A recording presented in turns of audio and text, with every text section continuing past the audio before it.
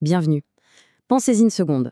Chaque fois qu'on achète un café, qu'on signe un contrat ou même tout simplement qu'on surfe sur un site de e-commerce, eh bien il y a des règles invisibles qui tournent en arrière-plan. Aujourd'hui, on va justement décortiquer ces règles. On plonge dans le monde fascinant du droit commercial. C'est en quelque sorte le véritable système d'exploitation de notre économie. Ok, mais avant de se lancer dans les règles, il faut d'abord comprendre le terrain de jeu, n'est-ce pas? Alors, pour ça, prenons un peu de hauteur. Regardons à quoi ressemble notre économie dans son ensemble.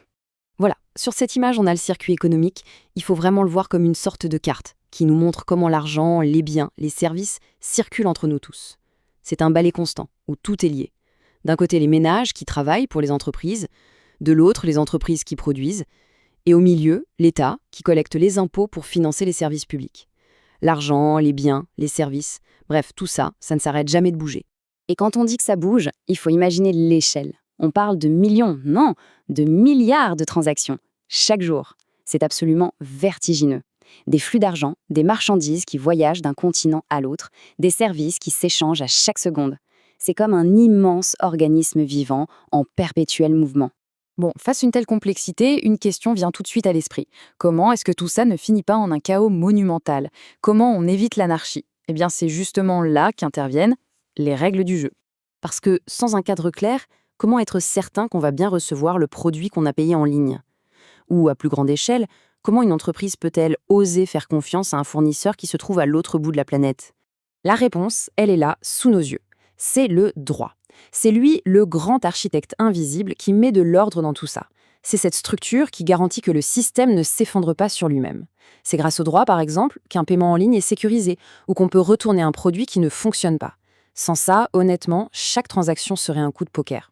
Le point à retenir, il est là, il n'y a pas d'économie stable sans un squelette juridique solide pour la soutenir. Ok, le droit, c'est bien beau, mais c'est un peu un mot fourre-tout, non? Qu'est-ce que ça veut dire, concrètement? Allez, on va regarder la définition de plus près. Alors, voilà la définition formelle. Pour faire simple, on peut voir ça comme le mode d'emploi de la vie en société.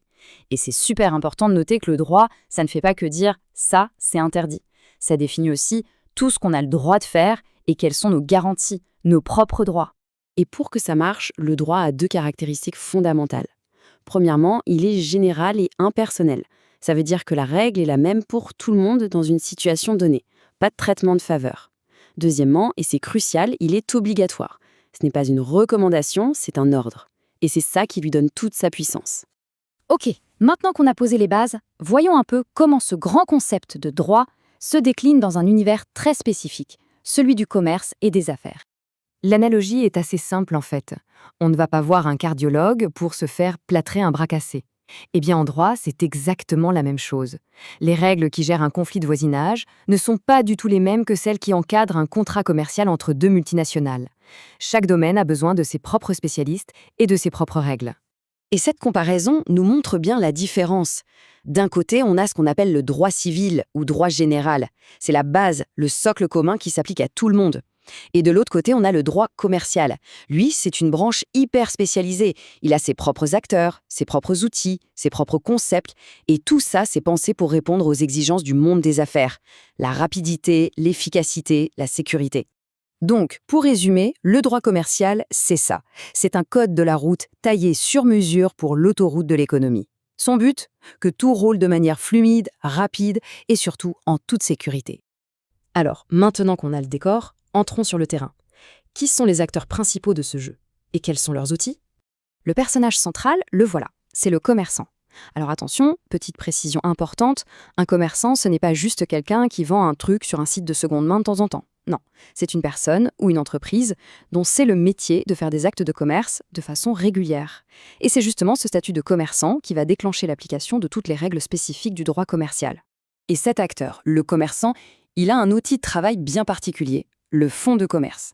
Et là aussi, attention à ne pas faire de confusion.